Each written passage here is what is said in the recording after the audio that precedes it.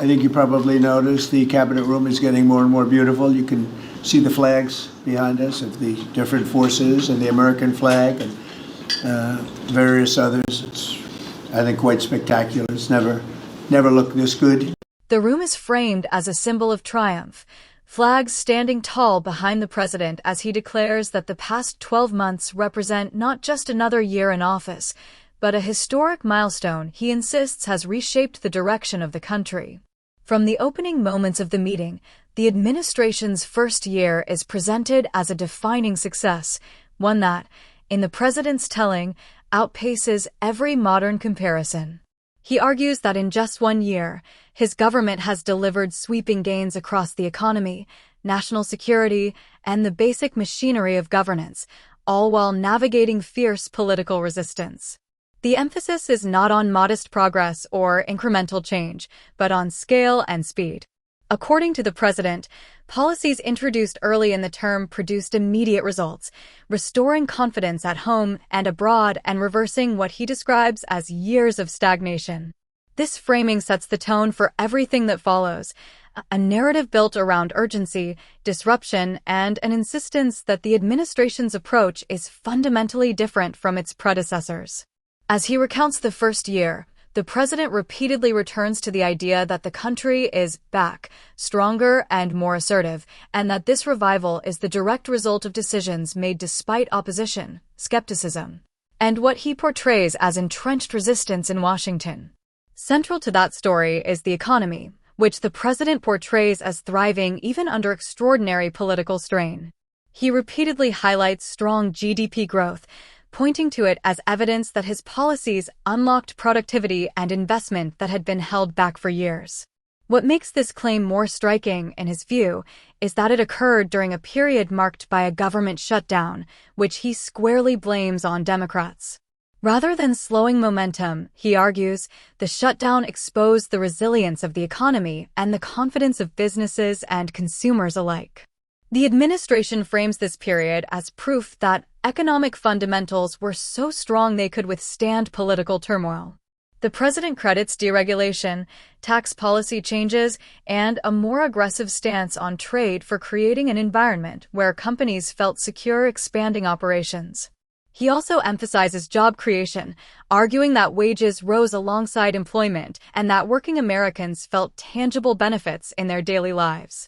By repeatedly contrasting economic performance with political obstacles, the president seeks to reinforce the idea that results matter more than process, and that his administration delivered outcomes even when the system itself appeared gridlocked.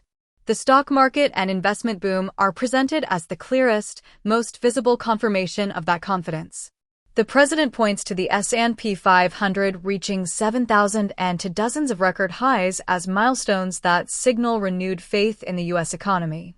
In his telling, these numbers are not abstract figures benefiting only Wall Street, but indicators of broader prosperity tied to retirement accounts, pensions, and long-term savings for millions of Americans. He links the market's performance to what he describes as trillions of dollars flowing into new factories, infrastructure projects, and industrial expansion across the country. This surge in private investment is framed as a vote of confidence in U.S. leadership and policy stability. The administration argues that companies are no longer hesitant or uncertain, but eager to commit capital at home rather than abroad. By repeatedly returning to these figures, the president underscores a central message that investor confidence is not accidental, but earned through deliberate policy choices designed to reward domestic production and long-term commitment to the U.S. market. Tariffs emerge as one of the most controversial, yet heavily defended tools in this policy arsenal. The president describes them not as a burden on consumers, as critics often argue, but as a strategic lever that force change in global trade dynamics. According to the administration, tariffs pressured companies to rethink overseas production and instead invest in U.S. manufacturing. Steel production is frequently cited as a success story, with domestic output rising and supply chains becoming more secure. The president frames this not just as an economic issue, but as a matter of national security, arguing that critical industries should not depend on foreign rivals. He also emphasizes the revenue generated by tariffs, presenting them as a source of government income that helped fund domestic priorities. In this narrative, tariffs are portrayed as a corrective measure, rebalancing decades of trade practices that, in his view, hollowed out American industry. The administration insists that the long-term benefits, jobs, security, and industrial capacity outweigh short-term costs. Energy policy is another pillar of the administration's self-assessment, with the president declaring a new era of energy dominance. He claims record levels of oil, gas, and coal production, arguing that increased domestic supply drove down gasoline prices and reduced dependence on foreign energy sources.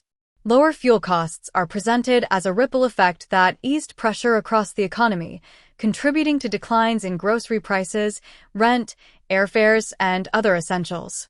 The administration frames these gains as especially meaningful for working families, for whom energy costs directly affect household budgets. By tying energy production to affordability, the president seeks to show how broad policy decisions translate into everyday relief. This emphasis also reinforces a broader message of self-sufficiency and strength, suggesting that control over energy resources underpins both economic stability and national security. Tax policy and affordability are woven into this narrative as direct support for ordinary Americans. The president highlights what he calls large tax cuts, emphasizing policies such as eliminating taxes on tips, overtime pay, and Social Security benefits. He also points to new interest deductions on car loans and higher tax refunds as measures designed to leave more money in people's pockets. These policies are framed as part of a deliberate strategy to reward work and ease financial pressure, particularly for middle and lower-income households. The administration argues that these changes encouraged spending and investment, further fueling economic growth. By repeatedly stressing relief rather than complexity, the president positions tax reform as a tangible benefit rather than an abstract fiscal exercise. Healthcare and drug pricing reforms are presented as one of the administration's most ambitious undertakings. At the center is the Most Favored Nation drug pricing policy, which the president claims could slash prescription drug prices by as much as 70 to 90%. He frames this initiative as a correction to what he calls an unfair system in which Americans subsidize lower drug prices abroad. According to the administration, tying U.S. prices to the lowest rates paid by other countries forces pharmaceutical companies to renegotiate and reduce costs.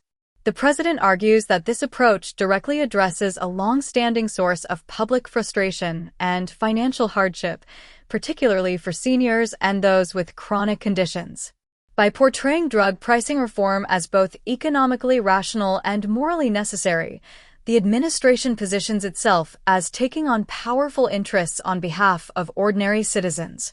Closely linked to this effort is the reshoring of pharmaceutical and industrial production.